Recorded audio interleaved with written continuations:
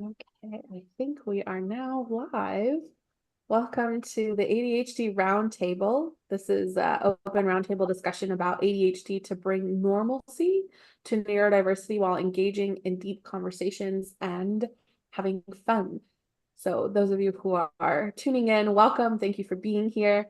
I'm Jess, and we have these beautiful, lovely women with us today. My first question for you all is, what is your favorite thing about your flavor of ADHD? I can start. So I think my favorite thing, or one of my favorite things, is just my drive and curiosity to try new things. I really love doing things that are new and different and like picking up new hobbies. Recently I've been trying out like rock climbing and yeah, I think that is that is something that I love about my personality. Also, my creativity. I love to do creative writing, so that I think is another really positive thing that I love as well. That's dope.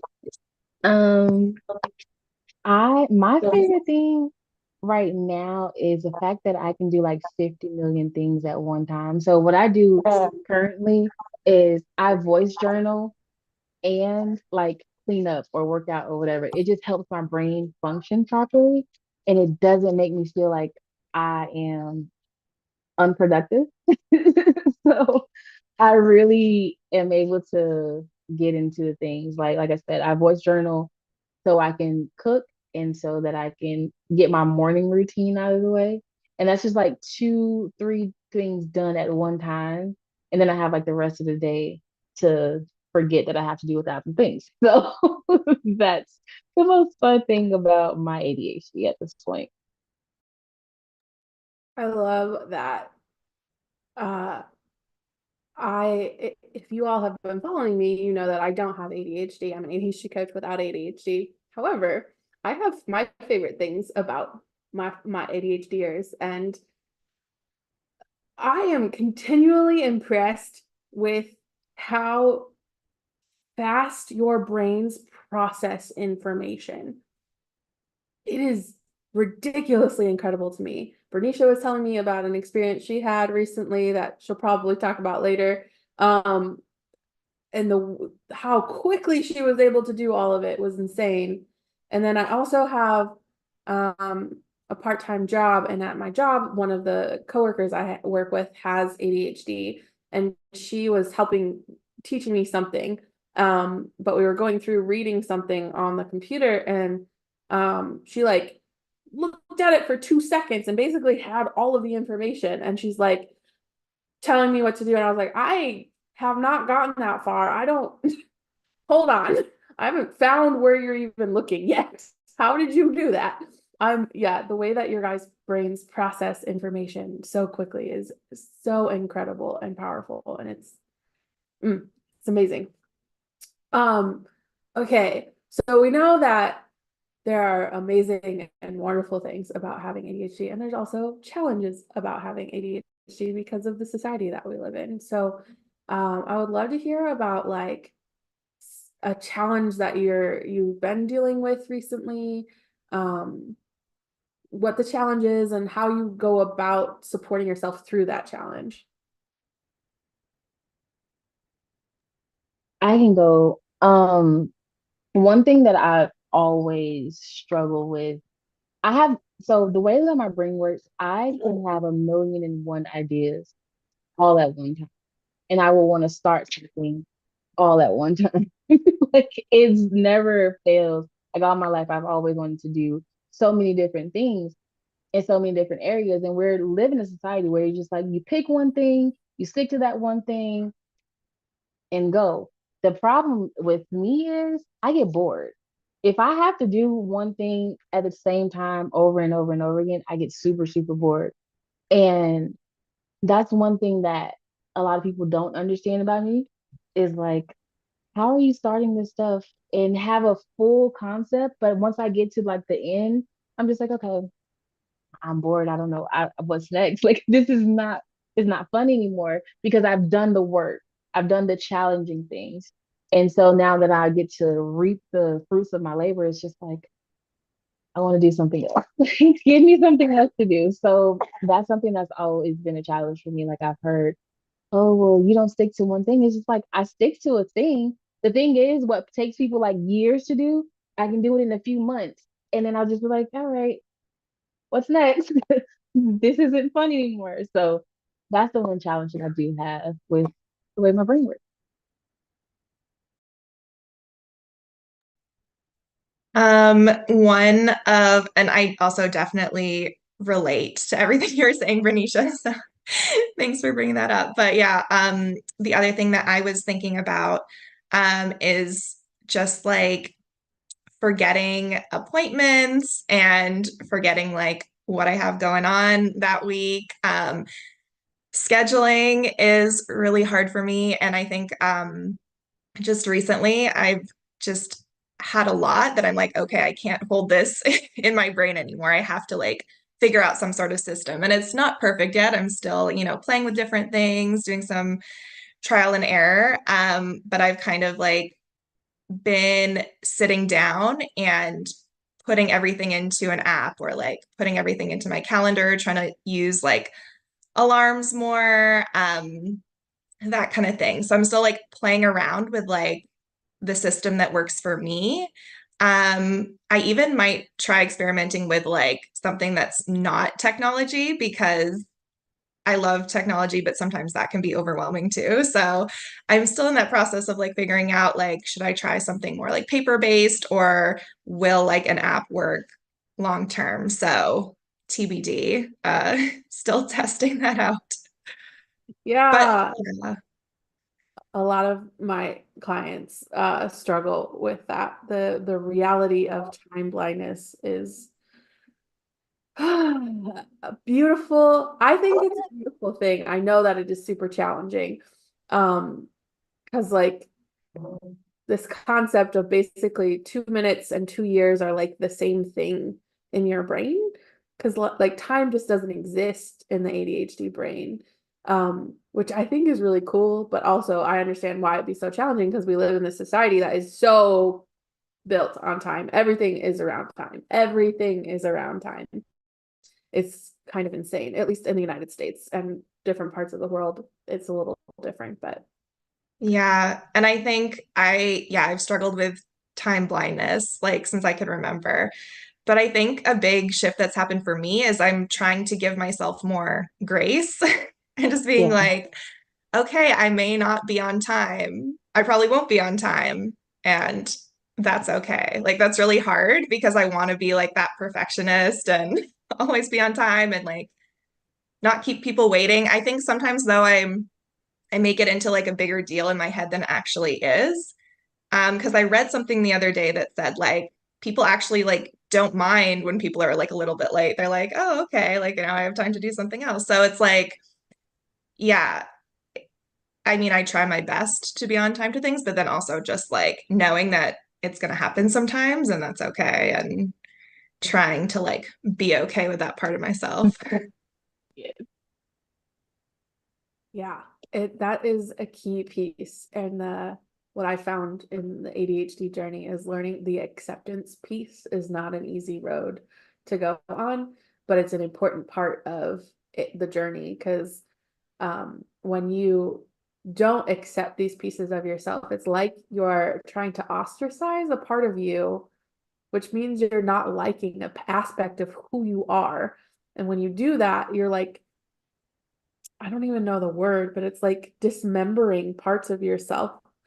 And learning how to love all parts of yourself is really imperative, even the things that you think are bad or ugly or whatever. And so when our society puts this like almost morality around time, which makes it easy for ADHDers to like beat themselves up about being late and struggling with time because for some reason it's a moral thing that you be on time.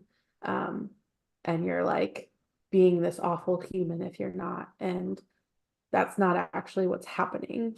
And so if you are a person who has a loved one who has ADHD, I want to let you know that it is never, ever, ever a personal vendetta against you with time. It is merely an unawareness of time, always. I'm pretty sure you're going to say something. Yeah, I was just gonna say like that's one a thing that for me I definitely agree, Deanna. Like I time is like, okay, girl, what is this? I don't have time for it. I literally don't have enough time for having to count the clock because I can hyper focus. Like the thing with my ADHD is I can either not focus on anything or hyper focus. And like there's like no in between in there. So don't if I have a day where I'm hyper focusing, whatever was supposed to happen that day outside of what I thought, what I want, is not gonna get done. It's not gonna get done at all. Speaking of hyperfocus, what is something that you recently hyperfocused on? And recent is relative because time doesn't exist. Well, I can go with that because I just did this on Sunday. Um, so I woke up, give me 2 seconds. My kid wants to read her anxiety spot. Give me a second. So if you are new to my space, one of the things that I love to say in all of my spaces is all parts of you are welcome here. So Breneshia is beautifully emulating that by being who she is. And part of being who she is a mom with small children.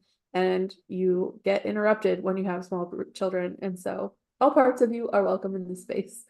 And if you ever join any of my programs, that is the same. All parts of you are welcome. So thank you for beautifully emulating that, Breneshia. Thank you. Thank you guys for waiting with me. But on Sunday I woke up and I was just like, I have no, probably none of you have ever met me right now. So I just moved from Florida to Georgia with my babies. And so within this transition, there's just been a lot of things that I've been like, I want to do this, I want to do that, I want to do this, and I want to do that. Or, putting away things that no longer serves me. So Sunday, like this last few weeks, I've been kind of like drained because just like there's so much that I have done and I need to do and all of that. So I've been like all last week, I was just like, I'm drained. I can't do life. And then so I didn't do anything. Like I literally like did work, my work job work, and then everything else was like I'm making the kids food and doing whatever and not focusing on anything else. So Sunday morning, I wake up. First of all, why am I waking up 7 o'clock in the morning on a Sunday? Like, what's the reason? What? Why? What's the reason? I have no work. Like, there's nothing for me to do. So, in my brain, like, I had so many ideas for ebooks, in my brain, and I wrote them all down. And the one that I did that stood out to me the most at the time was journaling because I do voice journaling and then I do shadow work and light work journaling for myself. I was like, people see shadow work and just say it's like it's heavy. Like shadow work is so heavy and it sometimes it can be super heavy. And if you're not in a space like the mental capacity to dig deep down and pull up all the roots, you like, okay, I'm not doing that. I'm not gonna deal with it. I'm not gonna deal with it at all. So I wanted to bring like the shadow work and light work together. So I created a journal. I created a shadow and light work journal. Um, it has both in there and it allows you to go use your whole self instead of just one side because when you're digging up roots, it's hard. If you can be crying for days about one thing that you didn't even realize was there. Give me a second, baby. In a second. You can really get depressed. Like I know for me, when I first started my journey of like discovering who I am, I had some days where I was just like, I don't want no journals. I don't want to think about the past. I want to just think about the future. But then the future gives me anxiety So bringing myself to the present I had to have two sides. So I had to have light work and shadow work. I need to know what brings me joy, what brings me peace, what brings me harmony, I feel, what feels good to me. And then I need to go in and say, hey girl, why does this thing feel like it's the end of the world all the time? Why does one habit keep showing up for me? So I use both of those concepts. So figured I might as well bring it to some other people because I know other people are on their own healing journey or renewing journey, reprogramming journey. Like there's a lot of journeys that we're on, and we need to find the root cause of things sometimes. So I created that on Sunday and all at one day. Like I did the automation, I did the emails, I did the publishing, I did all the things in one time, and yeah, it was cool. That was the fun thing about my ADHD because I hyper focus. That is incredible. All parts of it you did in one day.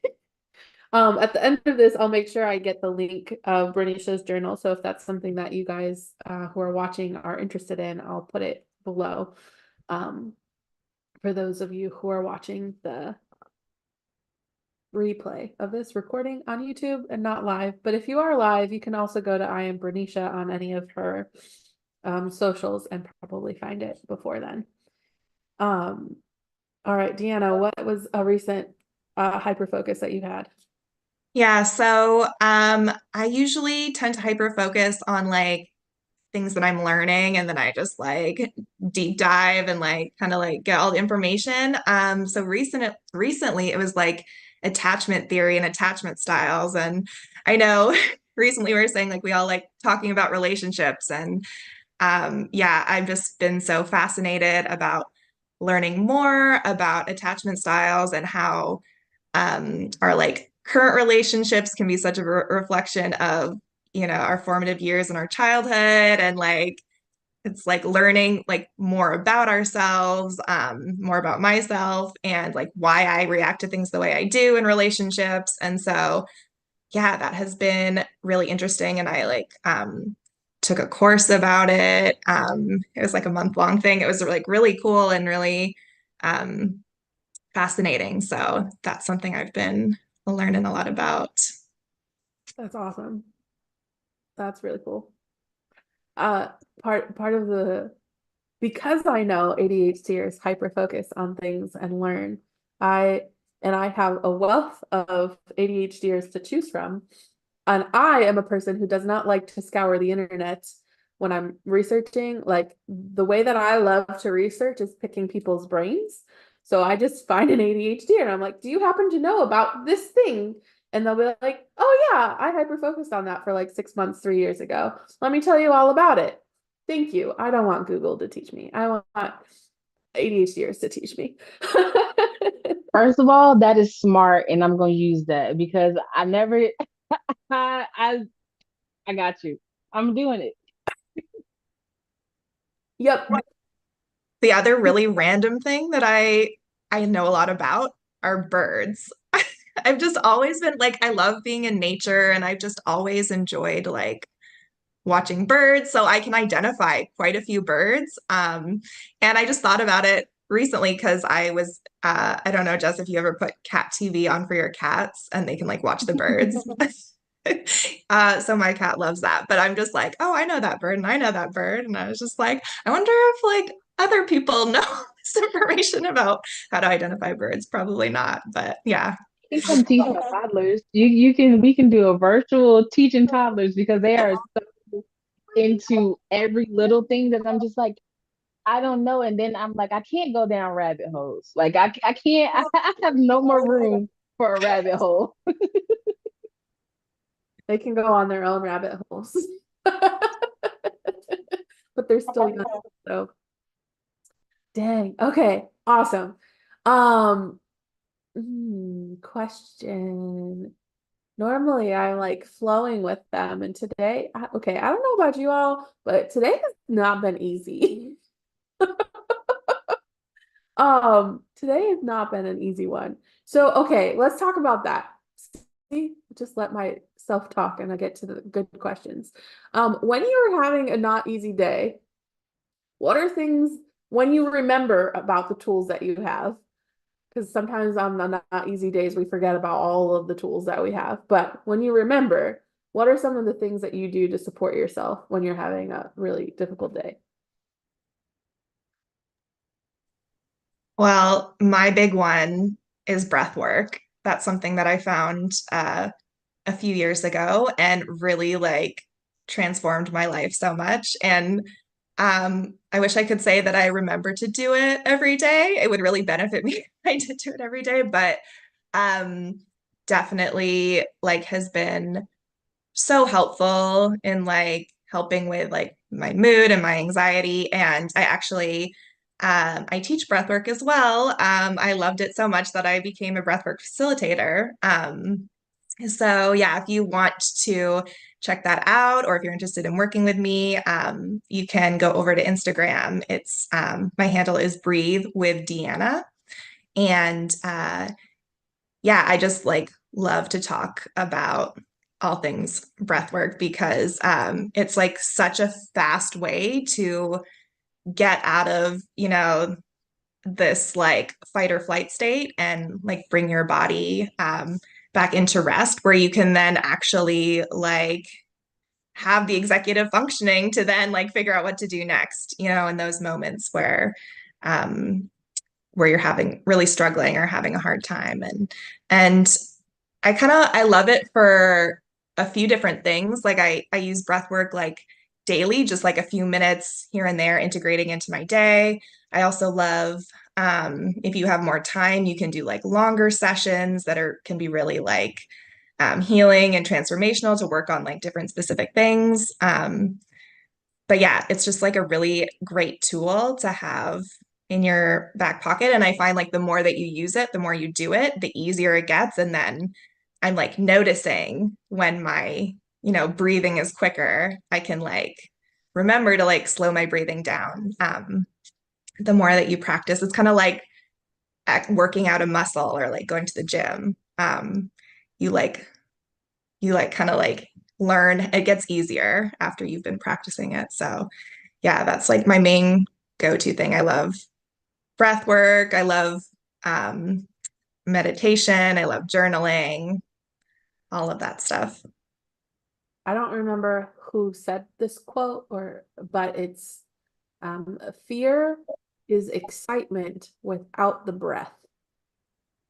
Mm. Excitement without the breath. And if you ever noticed other people or yourself when you're in that state of fear, when you're stop breathing, or your breathing shifts, like Deanna, you mentioned, it's like that flight. Well, there's the 4 different types of fear, but it's a type of fear. And so this like going into that space where you're and in our society, we are addicted to being in a state of fear, essentially.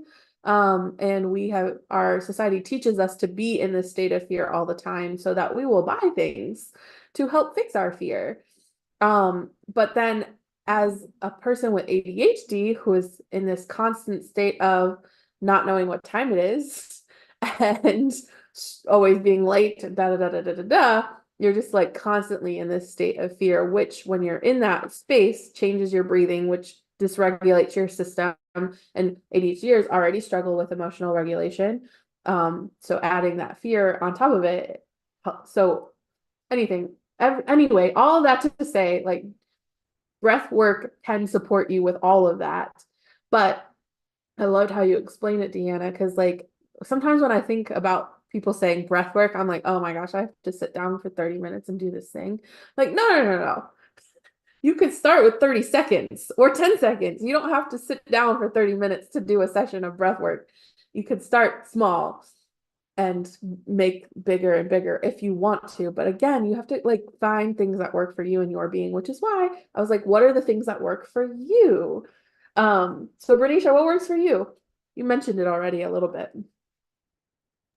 Voice journaling is something that definitely helps with me. When I remember, I'm getting back. Give me a second.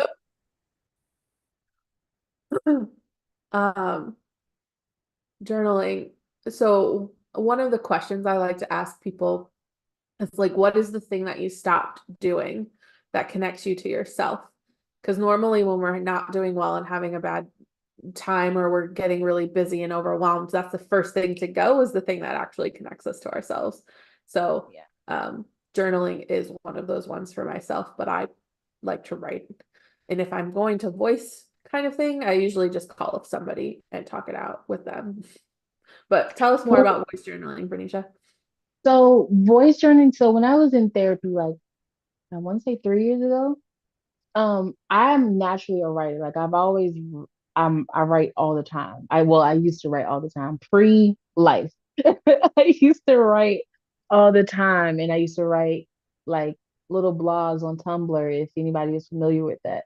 So I used to write all the time and write on pen to paper. However, as I journeyed through life, I realized my brain works way faster than my hand. And I'll be writing and there's like 40,000 different things that I want to say, but I'm trying to stay on one part of me. So I felt like writing kind of slowed me down a little bit when it came to how my brain works. So I decided one day I'm just like, I want to talk it out. Like I'm a talker. I love, like, one of my love languages, words of affirmation. I love to have a conversation. I've never met a stranger. It's been this way since I was a kid. So I can talk all day. Like if you give me conversation, I'm gonna talk. So in order for me to get all of my thoughts out and brain dump, I was like, all right, I'm going to put on my voice memo, put my headphones on, and just talk. I can switch subjects however many times I want. I don't have to worry about people interrupting me. I don't have to like I don't it doesn't have to be one of those things where I have to stay on topic or stay on whatever thing. And so I started doing it. And the more I started doing it, the more relaxed I became. Mm. Um, because I didn't have anyone talking over me. I didn't have anybody taking over the conversation. I didn't have anybody telling me what was right or wrong. And then the more I talked, the deeper I got within myself. Like I'm saying to myself, okay, I don't like this. Like I've had to show up this way all day, but I don't love it. Like I hate it. Like this is not something that I wanted to do. So when I get overwhelmed, I have to talk it out because I process out loud with anything. So if it's a math equation or whatever, I have to talk it out in order for me to understand it because I find the answer somewhere in the conversation. And that conversation leads into a different conversation to a different conversation till I eventually find the root cause. So that's what I love to do. That's when I remember to do it. Because sometimes I'm just like, I don't want to do anything. Shut me in a room, turn on the dark, turn on the lights. I turn off the lights and should leave me alone to my devices. But when I remember the most healthiest thing I found from me over the last few years, and that's the only thing that's in my toolbox at this moment that I can go to really quickly or remember to do really quickly is voice journal. When I remember that one, when I remember to do that. Yeah. Go ahead, Deanna. Another thing I just thought of that I've been working on that has been very challenging for me is just allowing myself some time and space to like feel my emotions. Because I was like, I learned from childhood just to like bottle up my emotions. There's no time for that. You know, they're not important. And so like now I try and like catch myself and be like, hold on, instead of just like moving on to the next thing. And I just like sit here for a moment in like the discomfort because it's uncomfortable, right? And bringing breath is really helpful for helping to like move your emotions as well and like feel them. But just like even just like putting on a song and like, can I sit here for one song? Like allow myself to just be or cry or like whatever it is I need to do and just like feel that and allow it has been huge. Yeah, that's something I've been working on still, but it's a game changer. Yeah. For those of you who are watching and are new to feeling your feelings, this is also a practiced thing and a muscle to build.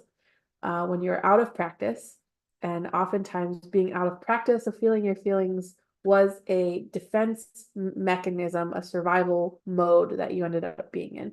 Because when we're in survival, like literally when you're trying to survive, if you were running away from a tiger, you do not have time for feelings.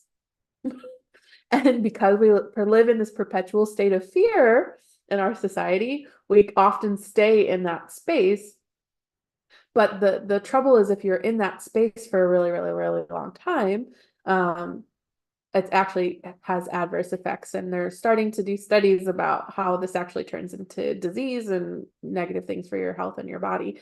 But so if you're new to practicing feeling your feelings, it's going to feel foreign, wrong, uncomfortable. Like if you let yourself cry, you're gonna never stop crying. And the reality is, at first, it will take longer. It's not as quick. If you watch toddlers run around, they'll move from being really sad to really happy to really angry in 2 minutes. Which is actually really normal. Yes, they're as toddlers, they don't know how to regulate it in a way that is because their brains aren't developed enough to regulate it in a way that's like an adult. But part of dysregulated adults is not feeling feelings. And so it takes some time to remember how to feel them. So know that you're not, first of all, not alone. And it takes time to practice those feelings of again. And like Deanna was saying, of like taking a moment to actually just sit and feel. I have to catch myself. I'm well practiced in feeling my feelings, and I still have to remind myself to stop and breathe and feel and not just avoid the feeling or not just ignore it or not just bypass it by coaching myself out of it. Like just, oh right, I like the point of feeling is to actually feel them. I don't need to psychoanalyze them at first. It's just like, okay, feel. And then I feel so much better, and it doesn't actually take as long as you think it will. Yeah. And yeah, exactly what you said, Jess, of like our bodies were not meant to be in this constant state of stress, but so much of the time we don't even realize we're in it. Like we're just living our life. And then it's like you start to practice some of this stuff and you're like, oh, wow, this is how I've been living. Yeah. Yep. Um, okay, let's talk about eating. How what's the question I'm actually trying to ask? I know that a lot of ADHDers will forget to eat or struggle with eating because eating actually takes a lot of executive functioning as an adult because you have to think about buying groceries and actually buying them and then cooking and then cleaning and then it's a lot of stuff. So, what are ways that you have allowed or created to help you with the process of making sure that you're eating?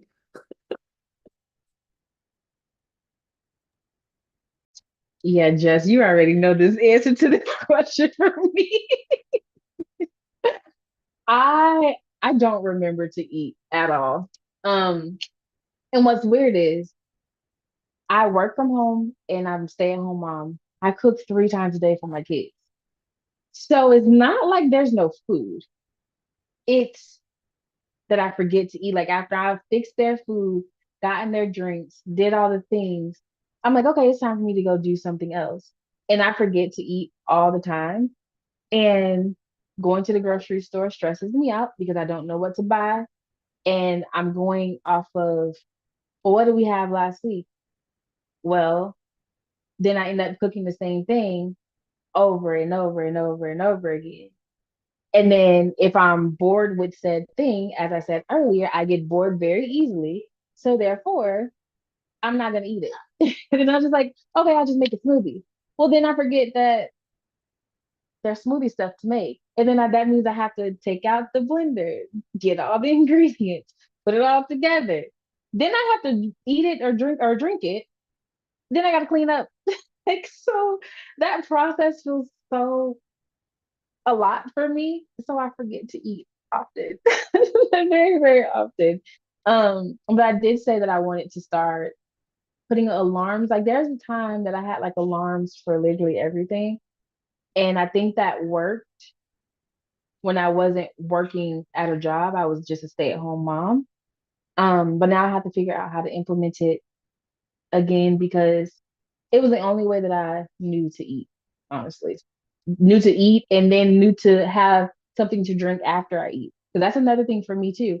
I forget that I need to hydrate. I forget all the time.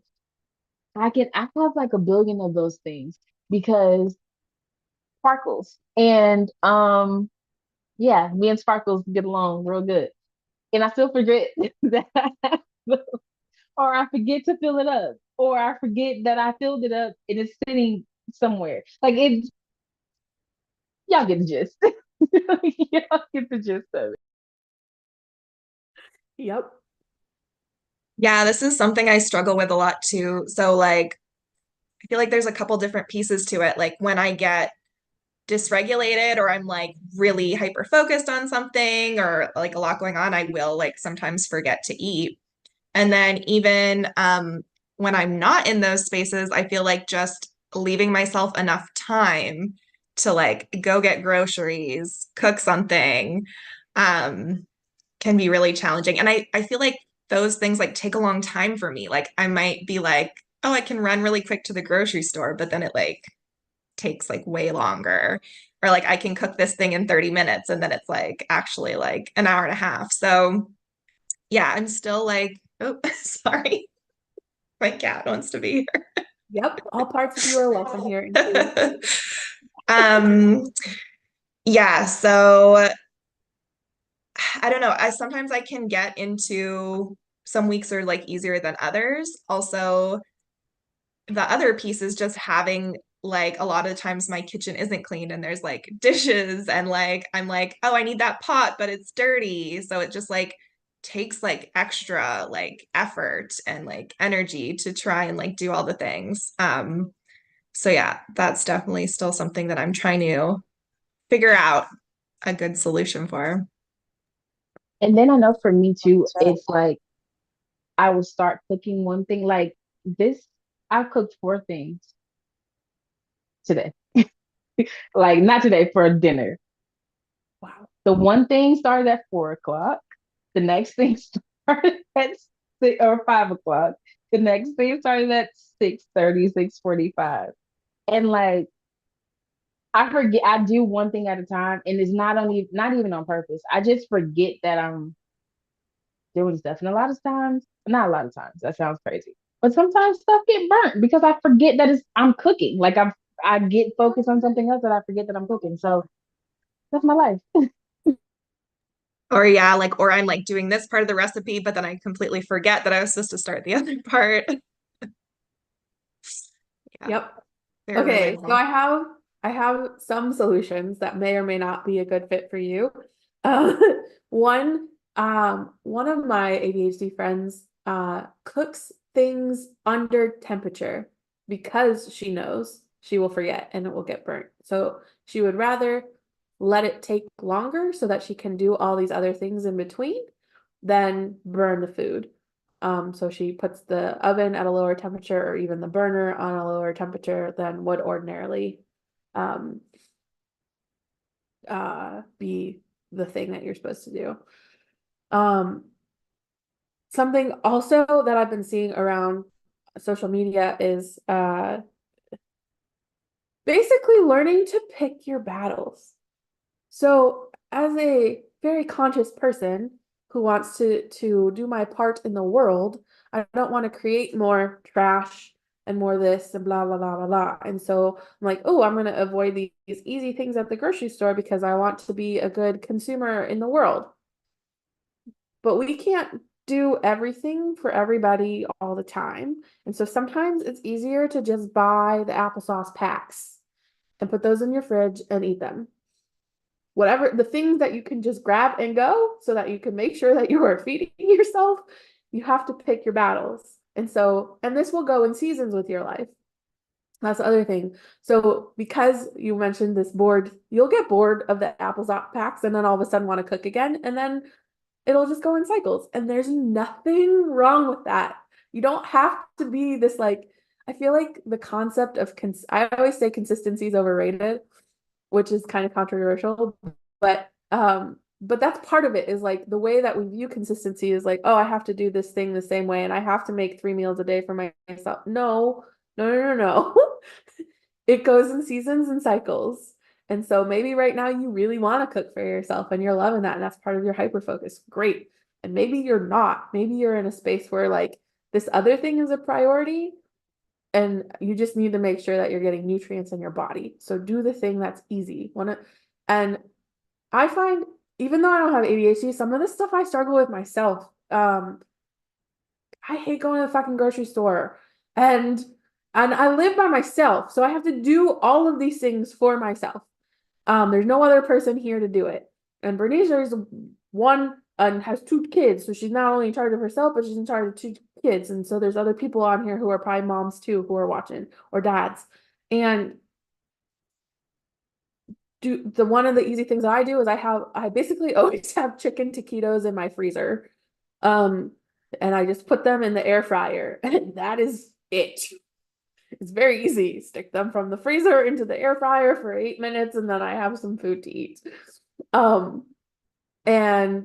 what other uh my ex-husband has ADHD. We're still friends. His name is Morris. You might have seen him on here before.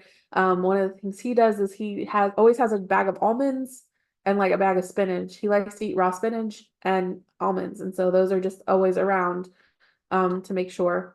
And you gotta keep them in your like. I like to think that ADHDers have nesting areas. So you have an area that your workspace is in currently. So you got to make sure the snack is within reach. So whatever snack you can have that's within reach can be really helpful too. I have a Yeah. son. That's where I do most of my life. And it's like 30 steps from the kitchen, but it's still like a long time from the kitchen. Because it's just like, and that's so that's something I might need to put like a little nook there. Just be like, yeah, just grab something because the kitchen is literally right here. And I forget. But if you have to interrupt your flow to go Yeah. do it, it's going to take away from whatever it is that you're doing. And so you Yeah. need it right there. And if you're a person who does not have an ADHD and is watching this, something you can do to love your ADHDers is just always make sure their water bottle is full. Just fill it up for them. They're not going to do it. They're going to forget. And then they're going to drink some water and be like, shit, there's no water in here. And then get distracted by their phone immediately and forget to go fill it up. Yeah, I'm always forgetting to fill my water filter. Yeah. One other thing I was going to say is, yeah, one thing I was thinking about because I really want to have like some fresh produce. But I don't, I'm always like, I want to go to the farmer's market, but then I don't. So I was looking at getting like a CSA box, that they deliver to you. But then the one that I ordered like didn't come to my area. So I was so bummed about it. So I'm still looking for that. At one point, I was using an online service to order like groceries as well. But with some of those subscription things, it's like you also have to remember to like, if it's a monthly thing, to like go in and edit, which can be really challenging. Yeah. But yeah, that I found that helpful in the past. So maybe I could go back and look at that as well. Yeah. Oh, that was the other thing I was going to say. They oftentimes you can buy like veggies that are already chopped up. Mm-hmm. Do that. Yeah. I know it seems silly, but that's like another step in the journey of cooking is just cutting the things up. Yeah, that's a good point because cutting things is just like so overwhelming to me sometimes. And I'll like get that like paralysis of like I want to go make dinner, but then I have to cut everything first. No, same. I just like, do I need bell pepper for this? Do I need to get a whole bell pepper? Like, why would I do this? And then I have to get the seeds out. And then in my brain, I'm like, I want to just plant it so that I don't have to go back to the store and buy another bell pepper. So then that becomes a whole project. Then I forget to cut the bell pepper altogether because I'm just like, that's a lot of process. There's a lot of problems. Yep. Um, I know that I don't have ADHD, but when I am in a space that I'm functioning well, I will often, when I go to the grocery store and get a load of things, I will like that day or the next day just cut everything up and put them in containers. If you can get yourself to do that, that can be helpful too. Just make sure everything is cut up and ready to Yeah. go. Yeah. I really like we're acknowledging like, yeah, there like are a lot of steps to these things because I think in the past I used to just be like, what's wrong with me? Like this seems like such a simple thing and I can't do it. And it's like, yeah, it's because there are like all these like steps that you might not think about. And that's really hard with ADHD. Uh, this another one that I hear of that has so many steps, showering. Showering hard. How do you make showering fun or easier for yourself? Because that takes a lot of executive function too.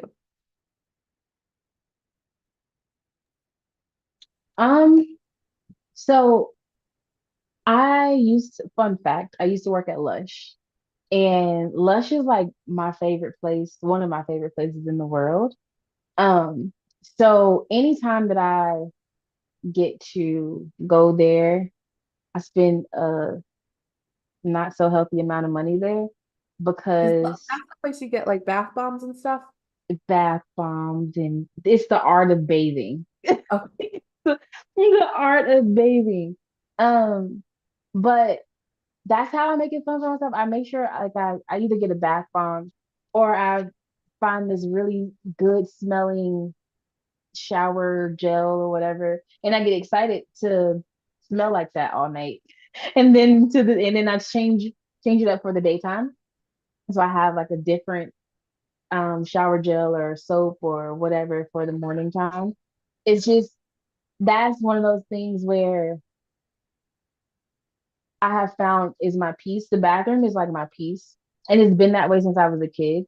Um, that's where I go to like get away from the world. Because nobody's gonna come in there if you're pissing. Like no one's gonna come in there and be pee.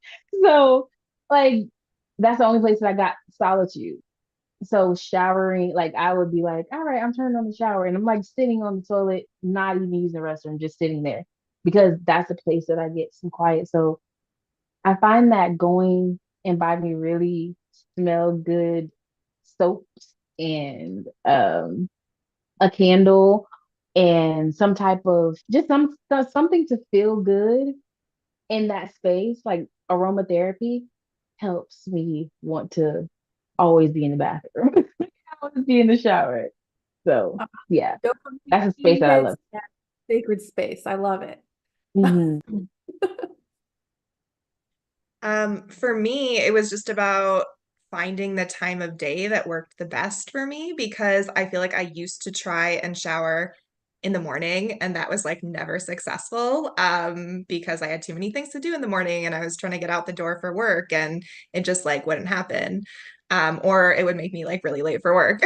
Um, so just like also I resonate with what Bernicia said about like wanting to take my time and it being like a really like kind of self-care moment and like relaxing for me. So finding the times like usually it's like later in the afternoon slash evening where I do have like the space for that and I don't have to rush and then I'm not like upset and late for stuff and like in a huge rush. So yeah, I found that like works a lot better that I just kind of accepted like it doesn't work for me to shower in the morning.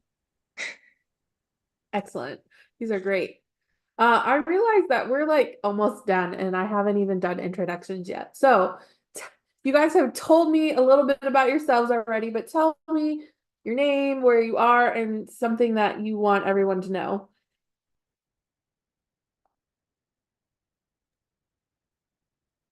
So what do you mean where you are? You could say, I'm in Portland. Oh, okay, in the world. Okay. We're in Cool. Portland. So my name is Deanna. I live in the San Francisco Bay Area in California. And you can find me on Instagram at Breathe with Deanna. If you're interested in learning more about breathwork, then come find me over there. Yay. I am Breneshia, and I am Breneshia on all forms of social media. Um, I'm in Georgia. I just relocated from Florida to Georgia about a month ago now. Um, yeah, I'm an herbalist and a holistic life coach. So that's my world. Well, I'm finishing my herbalist within the next few weeks because I have to hyper focus a little bit. But but I am a holistic health and wellness life coach. So that's what I do. And if you want to learn more about that, it's I am Bernicia on all forms of social. And I am Jess Bose. I'm an ADHD coach. I'm in Portland. The thing I want to tell you all about today is fucking little tasks. Some of you might know about this. Funnily enough, Deanna and Breneshia are both in Fucking Little Tasks. And Fucking Little Tasks is my membership community where you get to come in and we just help each other do life. So we have Zoom calls 6 days a week. None of them are required. They are just there to make sure that there are different times available for everybody's schedules. And you get to come in and do the things the fucking little tasks that you've been avoiding and for 3 months, but actually only takes you 10 minutes. But somehow just being in a group of other people magically makes it easier and more fun. That's not the only thing that we do. The space oscillates between whatever it is that the space needs to be in the moment. Sometimes it's like silent and we're getting shit done. Sometimes we're chatty and getting shit done. Sometimes there's an emotional upheaval that somebody needs to work out and we talk about that. It kind of just shifts and changes, but it's a really cool community. And then once a month we have a group coaching session where you get to get coached by me and be in the hot seat. So Bernicia and Deanna, I don't know if you want to share your experience in fucking little tasks, that would be great. Yes, I love fucking little tasks. Just having like feeling like I have support and there's like a community of people and I'm not on my own. And then I come there, I think in my own mind, I can feel like, oh, I like struggle with this thing and I'm the only one. But then you see like there's other people and we're all working on things like our own things, but like collectively. So it just feels like a really supportive environment. And then just like having that body doubling where like someone else is working on something. So then that makes me want to work on something too. And I feel like I'm just like a lot more productive than if I were left to my own devices.